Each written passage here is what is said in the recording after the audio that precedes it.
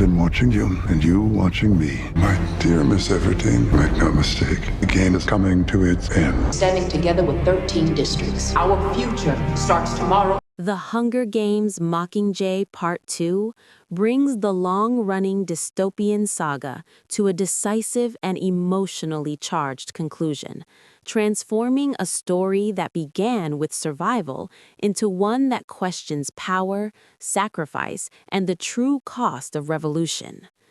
Set in the war-torn world of Panem, the film picks up after the escalation of rebellion, where the capital, led by the ruthless President Snow, tightens its grip using fear, propaganda, and psychological warfare. At the center of it all stands Katniss Everdeen, no longer just a survivor of the deadly games, but now the symbolic Mockingjay, a figure meant to inspire hope across the oppressed districts. However, the weight of this symbol is far from heroic glamour. It is heavy, traumatic, and deeply personal. Katniss is not a natural leader craving revolution. She is a reluctant icon, burdened by loss, manipulated narratives, and the growing realization that even those on her side are capable of morally gray decisions. As the rebellion led by District 13 intensifies, the narrative shifts from controlled propaganda battles to an all-out assault on the capital itself. The journey into the capital becomes more than a military operation. It is a descent into a meticulously designed urban battlefield where danger lurks in every street, building, and shadow. The capital, once portrayed as a place of excess and spectacle, is revealed in its darkest form, rigged with traps known as pods that turn the city into a deadly game arena.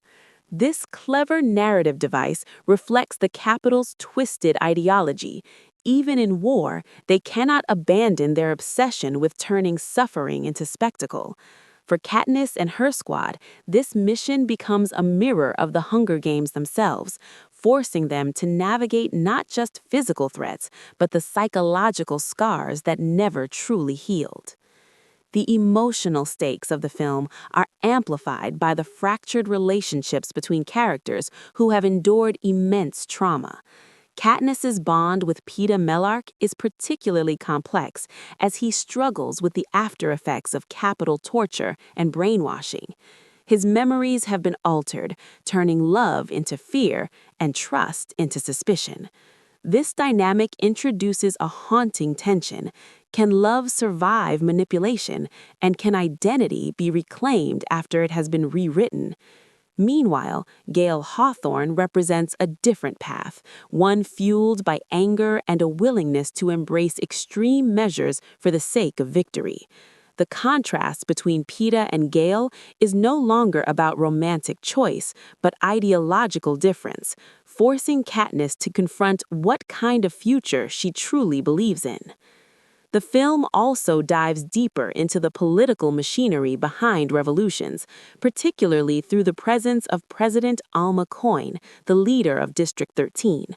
While she presents herself as a liberator, her methods and decisions gradually reveal a chilling similarity to the very tyranny she seeks to overthrow. This duality becomes one of the film's most compelling themes. Is replacing one oppressive regime with another truly victory? Katniss begins to see that symbols can be manipulated, narratives can be controlled, and even revolutions can lose their moral compass. The line between hero and pawn blurs as she questions whether she is fighting for freedom or being used as a tool in a larger political game. As the mission progresses deeper into the capital, the group faces increasingly brutal challenges, including traps that unleash horrifying mutations and psychological terror. These sequences are not just action set pieces, they serve as metaphors for the dehumanizing nature of war. Each loss chips away at the group's morale, reinforcing the idea that victory is never clean or glorious. The film refuses to romanticize war, instead portraying it as chaotic, unforgiving, and deeply tragic. The closer they get to their goal, the more it becomes clear that there are no true winners in this conflict, only survivors carrying the weight of what they have endured. One of the most pivotal aspects of the story is Katniss's evolving understanding of power and control. Throughout the series, she has been a reluctant participant in systems designed to exploit her image, and in this final chapter, she begins to actively challenge those systems. Her decisions become less about survival and more about integrity, even when the cost is high. The climax is not just a physical confrontation, but a moral one, forcing Katniss to make a choice that defines not just the outcome of the rebellion, but the kind of world that will emerge from its ashes. This moment encapsulates the film's central message. True change requires more than defeating an enemy. It requires confronting the structures that allow oppression to exist in the first place. Visually and tonally, the film adopts a darker, more grounded approach compared to earlier entries. The spectacle of the Hunger Games is replaced with the stark reality of urban warfare, emphasizing destruction, fear, and uncertainty.